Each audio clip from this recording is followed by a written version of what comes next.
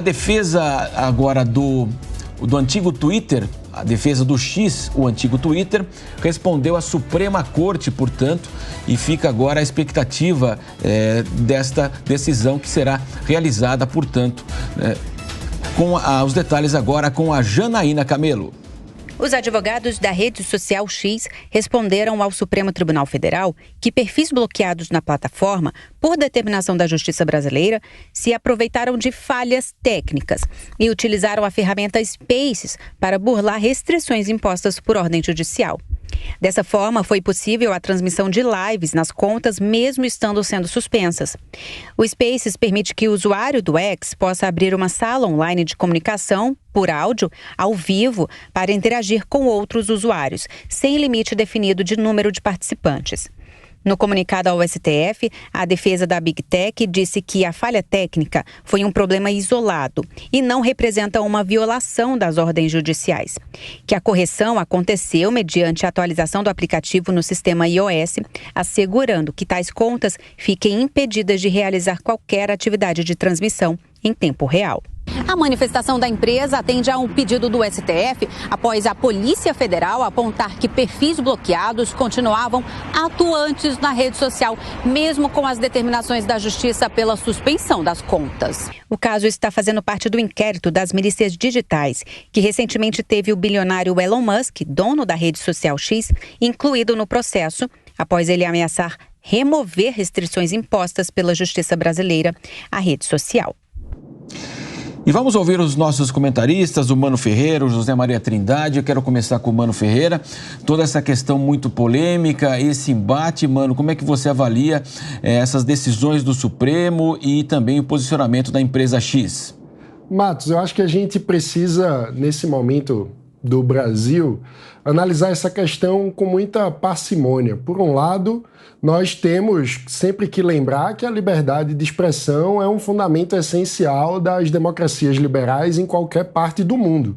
E que qualquer tipo de restrição à liberdade de expressão precisa sempre ser justificada e ser transparente. Ou seja, o Supremo Tribunal Federal precisa trazer transparência para as suas decisões, para que a sociedade possa compreender a motivação das suas decisões que restringem de alguma forma a liberdade de expressão, mas precisamos também lembrar que liberdade de expressão não significa liberdade de cometimento de crimes. Então, justamente o que nós precisamos para separar o joio do trigo e reforçar a confiança da sociedade nas instituições brasileiras é que todas essas decisões sejam devidamente transparentes, ou seja, quais são as contas que estão bloqueadas, por quais crimes que foram cometidos. Tudo isso precisa vir a público com transparência para que a gente deixe de ter especulações sobre questões anormais. A gente tem que retomar a normalidade institucional no Brasil. Isso significa que a lei precisa ser cumprida e que qualquer decisão do Estado brasileiro precisa ser transparente para a sociedade. O Elon Musk, esse bilionário, isso não é um dado pejorativo, mas sim positivo. Cada bilionário leva atrás de si investimentos e empregos, e isso é muito importante para a economia. Mas ele tomou um tamanho tão absurdo que o X, o antigo Twitter, é um brinquedinho dele. E através do X ele está comprando briga em vários países, não é só no Brasil não, em vários países. Eu entendo que esse debate dele, as falas dele e as divergências dele com a justiça brasileira são diferentes do que está acontecendo com o X aqui no Brasil. A representação no Brasil significa faturamento, uma empresa, e como tal tem que obedecer às leis do Brasil e principalmente decisões judiciais.